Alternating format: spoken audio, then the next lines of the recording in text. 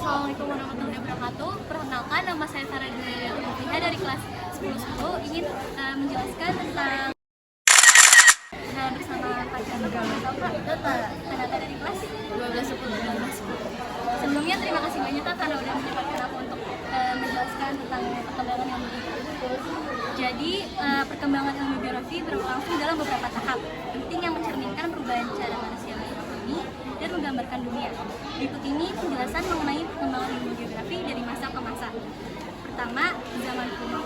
Tokoh seperti Herodotus, Thales, Anaximander, dan Eratosthenes dikenal sebagai bapak geografi yang pertama kali menggunakan istilah geografia dan berhasil mengungkapkan geografi dengan cepat. Kedua, abad pertengahan, ilmu geografi di Eropa sempat mengalami kemunduran, tetapi justru berkembang di dunia Islam. Al-Indisi membuat peta yang terkenal dan akurat berdasarkan catatan perjalanan para pedagang dan pelawak.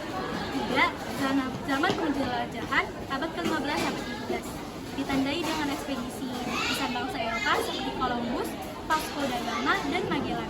Pada masa ini, geografi berkembang sebagai ilmu kartografi dan eksplorasi. 4. Ada zaman modern awal abad ke-18 sampai 19. Geografi berkembang menjadi ilmu empiris. Tokoh pentingnya adalah Alexander von Humboldt untuk geografi fisik dan Karl Ritter untuk geografi manusia. 5. Ada zaman modern abad ke-20 hingga sekarang. Geografi terbagi menjadi dua cabang utama, geografi fisik yang mempelajari alam dan geografi manusia yang meneliti hubungan manusia dengan lingkungannya. Saat ini perkembangan teknologi seperti GIS, remote sensing, dan GPS membuat data geografi semakin akurat dan bermanfaat untuk perencanaan wilayah, mitigasi bencana, hingga pemetaan digital. Jadi perkembangan ilmu geografi mencerminkan cara manusia memahami bumi dari sekedar deskripsi sederhana hingga menjadi ilmu modern yang sangat penting bagi kehidupan. Dari penjelasan yang tadi aku jelasin, kira-kira ada yang kurang? Udah pas kan Kak? Oke, terima kasih banyak buat Kak. Siapa tadi namanya? Kanata. Semoga Kakak bisa sehat selalu. Di sini saya akan menjelaskan objek dan pendekatan geografi. Ya.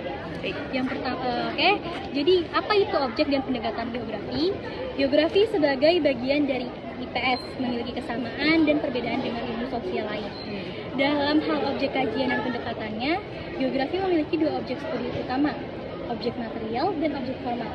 Objek formal berkaitan dengan pendekatan atau cara geografi mempelajari suatu fenomena, sedangkan objek material adalah hal-hal yang dipelajari, yaitu fenomena geosfer. Yang pertama ada objek formal. Objek material geografi mencakup sebagai berikut. Ada A. Atmosfer, lapisan udara di sekitar bumi, termasuk fenomena cuaca dan iklim. Ada B. Litosfer, lapisan batuan penyusun bumi seperti tanah dan dataran. C. Hidrosfer, segala bentuk air di bumi seperti sungai dan laut. D. Biosfer, kehidupan makhluk hidup serta interaksi dalam ekosistem. Yang E. Ada Antroposfer, manusia dan segala aktivitas serta dampaknya terhadap lingkungan seperti pertanian dan pembangunan. Semua unsur ini menjadi fokus kajian geografi dalam memahami hubungan antara manusia dan lingkungannya.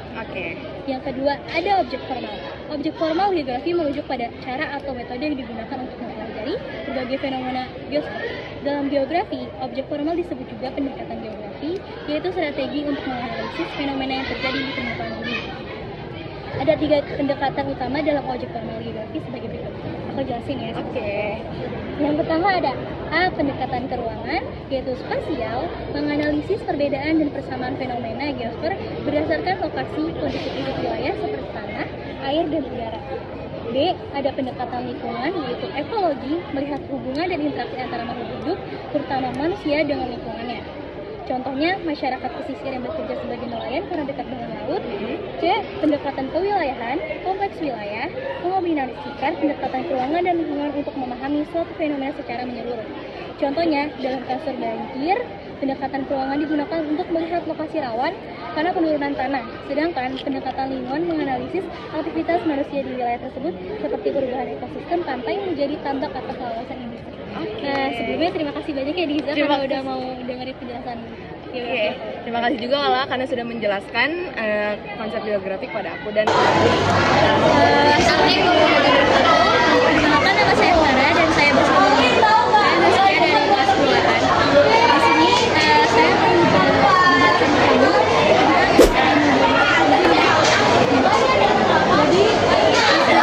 jadi itu adalah suatu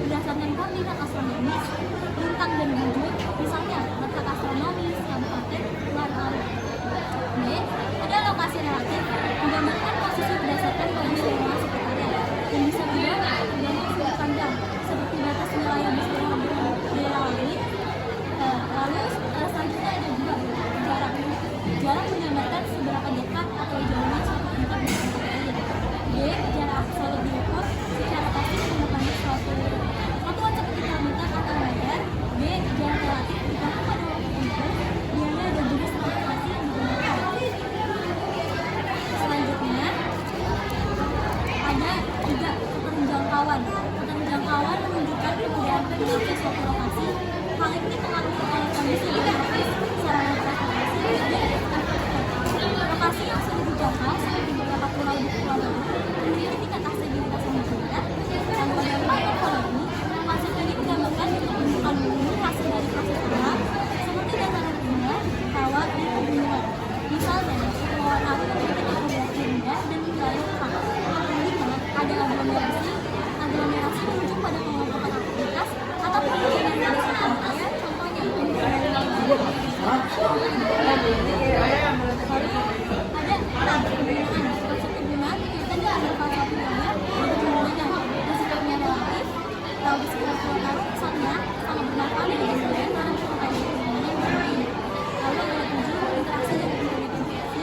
Itu konsep ini menjelaskan hubungan saling membantu atau wilayah seperti Kepulauan Riau yang mengumpul orang dari Surabaya